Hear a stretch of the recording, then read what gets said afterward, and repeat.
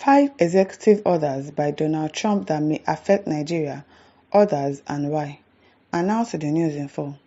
The return of US President Donald Trump to the White House has sent shockwaves globally, with many anticipating a period of political and economic uncertainty. During his campaign, Trump pledged to implement numerous executive orders on his first day of office. These orders, numbering over 100, they said it was over 200 safe, address critical issues such as immigration, climate change, pardons, and foreign policies. True to his word, the new president signed more than 100 executive orders on his first day. According to the U.S. Constitution, these orders can be overturned by succeeding presidents or challenged in court. While some of these executive orders are expected to face legal challenges, as reported by the BBC, others have the potential to impact Nigeria and Africa significantly. The 5 executive orders that may affect Nigeria. Number 1. Withdrawal from the World Health Organization (WHO). President Trump has ordered the withdrawal of the US from the WHO, citing what he claims is its failure to manage the coronavirus pandemic effectively.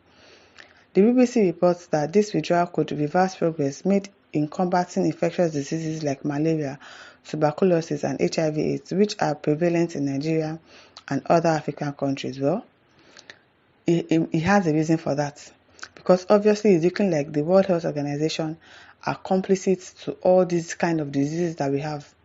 They are the ones creating the diseases, they are the ones spreading it, and yet they are the ones bringing solution to it. What does that tell you? You are creating a virus, you are creating a cure for it. That means you know about it. That means you know about it. And they were also complicit in the fact that Jews were killed in Israel. They are supporting bad things to happen in the country. So, of course, we will withdraw from supporting them. Number 2, move to end birthright citizenship. This controversial order seeks to deny citizenship rights to children born in US to parents who are in the country illegally or on temporary visa. Did you do anything bad? Let us judge it. If you are staying there illegally, you are not there legal. It's not as if they've said, oh, you should be a citizen of that place, but you should be there with your complete papers. If you are there with your complete papers, you can have your children and they'll have their citizenship rights. But if you are coming there and you are illegal, you don't have your legal stay, you don't have a permanent visa, they say you cannot give birth there again. So I don't think he has done anything wrong. It is his country. Every country with their own rules and regulations. Every country with their laws. And if you are in the Rome, you behave like the Roman. If that is what he wants, you have to abide by it. However, the legality of this order remains unclear, as birthright citizenship is enshrined in the U.S. Constitution. Number 3, withdrawal from the Paris Climate Agreement. The Paris Climate Agreement is a global accord aimed at combating climate change and reducing global temperatures at the UN Climate Change Conference (COP29). Countries pledge to triple financing for developing nations, increasing the target from $100 billion annually to $300 billion by 2035. Trump's withdrawal could lead to a reduction in funds allocated to developing countries, including Nigeria, to combat climate change. Notably, Trump first withdrew the US from the Paris Accord in 2017, but this decision was reversed by Joe Biden in 2022. He has come back to reverse it again because Trump is going to do what he wants to do. I don't know why he did that, but he must have a reason for doing all of that. And I don't understand why Nigerians are dependent on US. Like, if they withdraw from something, it's going to affect us. Meanwhile, it was UK that colonized us before.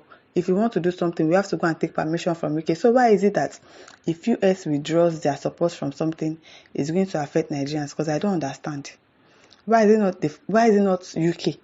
Okay, if UK stops doing something, then it's going to affect Nigerians.